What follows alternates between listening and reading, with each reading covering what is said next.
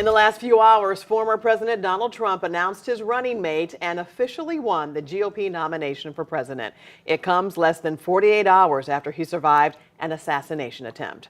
Thanks so much for joining us. I'm Kelly Jackson. And I'm Mike Bush. The former president picked Ohio Senator JD Vance as his running mate. And soon after, Mr. Trump officially won the GOP nomination at the Republican National Convention. That assassination attempt was caught on camera during a rally Saturday in Butler, Pennsylvania. One spectator was killed, 2 others seriously hurt. The former president grazed in the air by a bullet. The shooter fired from the rooftop of a nearby building before he was killed by the Secret Service. The shooter has been identified as Thomas Matthew Crooks. The FBI now looking into his motive. We have team coverage tonight, including more reaction to the attempted assassination from Missouri Republicans. First, our political editor, Mark Maxwell, is live in Milwaukee, where the Republican National Convention is happening. Mark?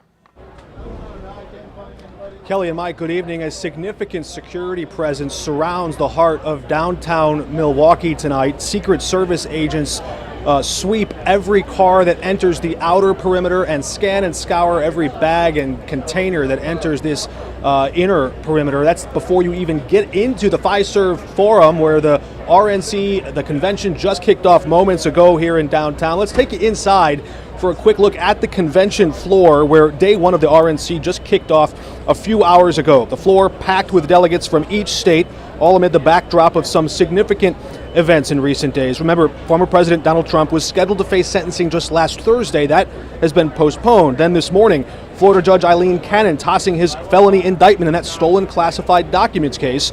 That's to say nothing of Trump coming within an inch of an assassin's bullet and escaping with his life. Then, just hours ago, President Trump announcing his pick for Vice President, Senator JD Vance of Ohio. All of that leading up to the moment when delegates from each state would formally cast their votes to back Trump to become the GOP nominee. We saw Missouri cast their 54 delegates moments ago. Madam Secretary, Missouri, the show me state, home of the 4-time Super Bowl champions, the Kansas City Chiefs. Home of the best United States Senators, Josh Hawley and Eric Schmidt.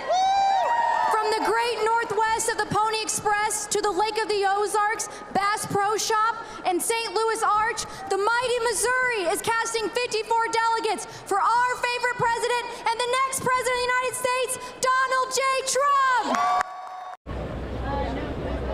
And Illinois Congresswoman Mary Miller from Southern Illinois stepped to the mic moments later to announce Illinois Republicans' 64 delegates backing Trump as well. Illinois Governor J.B. Pritzker was initially slated to be here as a surrogate for Joe Biden's campaign to go on offense and punch back at the Trump campaign to paint him as a danger to democracy. Those plans now on hold as Democrats reassess the situation in the aftermath of that assassination attempt.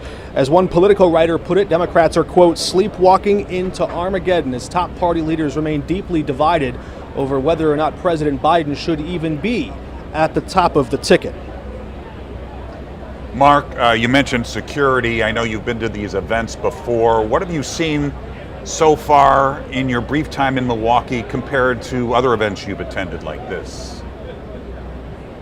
There's nothing else quite like this. There are police officers, local officers making big patrols across the city on bike brigades, both motorcycles and bicycles. There are helicopters from the U.S. Coast Guard flying overhead. No doubt other surveillance and just a very strong police presence everywhere you go around here. That's to say nothing of the concrete barriers that surround every inch of the perimeter, really for miles around. You just can't get inside or close to this without going through several security checkpoints. So tonight, Milwaukee may very well be the safest city in America. Thanks, Mark. And Mark will be live at the RNC all week. He will also be at the Democratic National Convention in Chicago starting August 19th. You can catch his reports on air on KSDK.com and the 5+ app.